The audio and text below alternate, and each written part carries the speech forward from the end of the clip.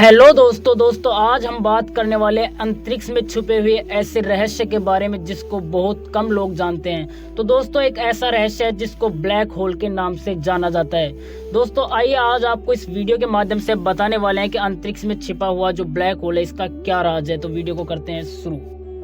तो दोस्तों अंतरिक्ष में छिपा हुआ ब्लैक होल एक ऐसा राज है जहां पर आज तक ना कोई जा पाया और ना ही इसकी पूर्णतः खोज हो पाई है।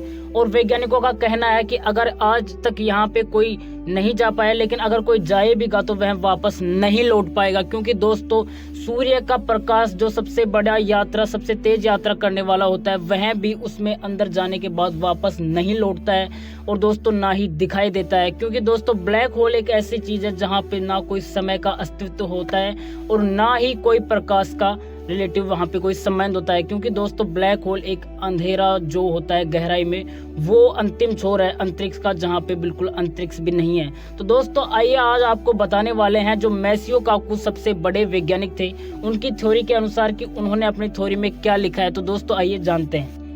तो दोस्तों मैसियो काकू के अनुसार उन्होंने ये अपनी थ्योरी में यह सवाल किए हैं कि क्या ब्लैक होल क्या होता है, कितने प्रकार के होते हैं और सबसे खतरनाक ब्लैक होल कौन सा होता है। और दोस्तों मैसियो काकू ने यह भी बताया है कि इसका जन्म कैसे होता है। तो दोस्तों आपको मैसियो काकू की थ्योरी के अनुसार आपको इन सवालों को जवाब देते हैं। तो दोस्तों मैसियो काकू ने बताया है कि ब्लैक होल का जन्म कैसे होता है। जो एक तारा होता है वह अपना जब पूर्ण जीवन काल व्यतीत कर लेता है तो उसका हाइड्रोजन और ईंधन जब खत्म हो जाता है तो वह धीरे धीरे एक बड़ा सा विस्फोटक होता है, जिससे वह तारा बिल्कुल समाप्त हो जाता है और अपना छोटा रूप लेता है, जिससे एक ब्लैक होल का जन्म होता है। दोस्तों ब्लैक होल का जब जन्म होता है तो उसका रूप आकार में दिखने के लिए बहुत छोटा होता है, लेकिन वह धीरे धीरे बड़े बड़े प्रकाश, बड़े बड़े चंद्रमाओं और बड़े बड़े जो परमाणु पिंड है उनको निगल कर एक अपना एक बड़ा रूप बनाता है। तो दोस्तों आज हम आपको बताने वाले हैं कि ब्लैक होल कितने प्रकार के होते हैं और कौन सा सबसे खतरनाक होता है।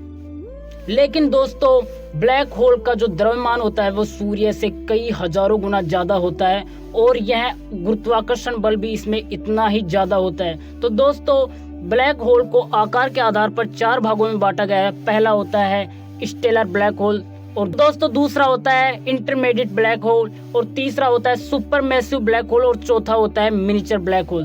तो दोस्तों इनमें से सबसे खतरनाक जो ब्लैक होल होता है वो होता है सुपरमैसिव ब्लैक होल। दोस्तों आपको बताते हैं कि कैसे यह खतरनाक होता है। सुपरमैसिव ब्लैक होल एक ऐसा होता है जो दोस्तों बड़ी बड़ी आकाश गंगाओं को अपने गुरुत्वाकर्षण बल में बांध कर रखता है, संभाल कर रखता है। तो दोस्तों सन 1915 में अल्बर्ट आइंस्टीन ने अपनी थ्योरी जनरल रिलेटिविटी में ब्लैक होल का जिक्र किया था और उन्होंने वैज्ञानिकों को बताया था कि ब्रह्मांड में एक ऐसी चीज है जो सबसे ताकतवर चीज है, जो अंतरिक्ष व पृथ्वी को भी कभी भी खतरा पहुंचा सकती है। लेकिन दोस्तों वैज्ञानिकों ने इनकी बातों को नकार दिया, क्योंकि जो शून्य और अनंत एक ऐसी वैल्यू है जहां पे भौतिक विज्ञान के सभी वैज्ञानिक इस थ्योरी को देख के आश्चर्यचकित हो जाते हैं। लेकिन दोस्तों जब अल्बर्ट आइंस्टीन ने ये बात उनके सामने पेश की तो उन्होंने सबने इन बातों को नकार दिया। लेकिन जब सन 1971 का समय होता है तो मानव इतिहास का एक सबसे बड़ा सच सामने आता है। वैज्ञानिकों की रिसर्च के अनुसार सबसे पहला ब्लैक होल खोजा गया जिसका नाम था सिग्निस X1। तो दोस्तों इस ब्लैक होल को मिलते ही वैज्ञानिकों को ये सच साबित हो गया कि ब्लैक होल, ब्रह्मांड में ब्लैक होल होता है और यह सबसे खतरनाक ब्लैक होल होता है जहाँ पे प्रकाश और बड़े बड़े चंद्रमा और अंतरिक्ष के जो परमाणु पिंड है वो भी इसमें समा जाते हैं और दिखाई भी नहीं देते हैं। तो दोस्तों ब्लैक होल एक ऐसी चीज होती है जो छोटे छोटे और अलग अलग प्रकार के ब्लैक होल को भी निगल जाता है, क्योंकि सबसे बड़ा ब्लैक होल होता है सुपरमैसिव ब्लैक होल। तो दोस्तों वैज्ञानिकों की रिसर्च में पता चला कि ब्लैक होल को 3 हिस्सों में बांटा गया है। ब्लैक होल के आसपास 3 हिस्से होते हैं, जिसमें पहला होता है इवेंट होराइजन।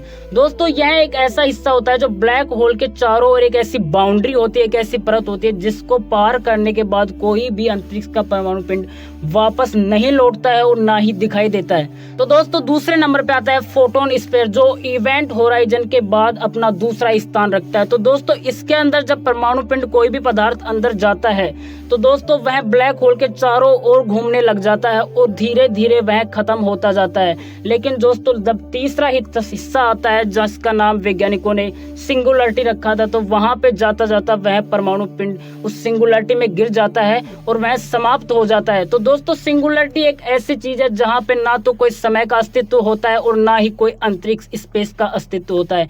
यहाँ बिल्कुल अंधेरा छाया हुआ होता है, जहां तक आज भी वैज्ञानिक नहीं जान पाए इसका असली सच क्या है, ना ही इसकी खोज कर पाए हैं। क्योंकि दोस्तों यहाँ पे जाके अपनी फिजिक्स भी खत्म हो जाती है, भौतिक विज्ञान भी खत्म हो जाता है। लेकिन आज भी वैज्ञानिक इस खोज में जुटे हुए हैं कि अगर ब्लैक होल की सिंगुलरिटी में किसी को अगर सर्च किया जाए तो क्या परिणाम मिले। तो दोस्तों ये था आज का सबसे बड़ा अंतरिक्ष में ब्लैक होल का राज। आपको वीडियो अच्छी लगी है तो कमेंट करके बता देना और चैनल को सब्सक्राइब कर देना। मिलते हैं नेक्स्ट वीडियो के साथ दोस्तों।